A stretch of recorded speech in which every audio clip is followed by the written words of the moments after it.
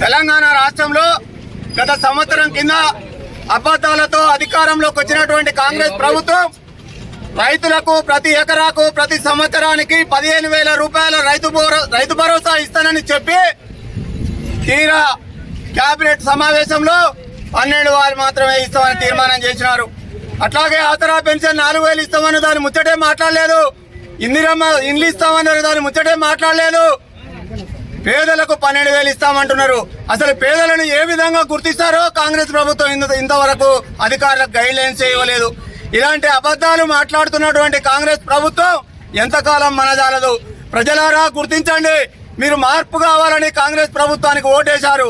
అధికారంలోకి వచ్చినటువంటి ప్రభుత్వం మీ జీవితాల్లో తెచ్చే మార్పు కాకుండా తెలంగాణ తల్లి విగ్రహాన్ని మారుస్తానని, తెలంగాణ తల్లి విగ్రహాన్ని మారిస్తే ప్రజలలో మార్పు వస్తుందా? ప్రజల జీవితాలు మారుతాయా? మీరు ఒక్కసారి గుర్తించుకోవాలని మేము తెలియజేస్తా ఉన్నాం. రానున్నటువంటి స్థానిక సంస్థల్లో మళ్లీ మేము ప్రజలందరినీ మోసం చేసి ఓట్లు దండుకోవాలని 12,000 ఇస్తా అంటున్నాడు. కానీ ప్రజల మీద ప్రేమతో అతను ఏ కార్యక్రమం చేయట్లేడు, అన్ని అబద్ధాలే మాట్లాడుతున్నాడు ముఖ్యమంత్రి. అట్లాగే స్థానికంగా ఉన్నటువంటి ఎమ్మెల్యే గారికి విజ్ఞప్తి చేస్తా ఉన్నాం. అయ్యా, ఈ తుంగతుర్తి నియోజకవర్గంలో 12,000 కోట్లతో నేను అభివృద్ధి చేశానని చెప్పుకుంటున్నావు, సంతోషం. కానీ తుంగతుర్తిలో మేము నిలబడ్డటువంటి ఈ రోడ్డుకు గత ప్రభుత్వంలో గత ఎమ్మెల్యే ప్రతిపాదనలో పని మంజూరైతే శంకుస్థాపన చేసిన పనిని సంవత్సరం అయినా ఇంతవరకు మొదలు పెట్టలేదు. అట్లాగే తుంగతుర్తి నుంచి మానాపురం రోడ్డుని ఇంతవరకు మొదలు పెట్టలేదు. ఇవన్నీ గమనించినటువంటి ఎమ్మెల్యే గారికి విజ్ఞప్తి చేస్తా ఉన్నాం.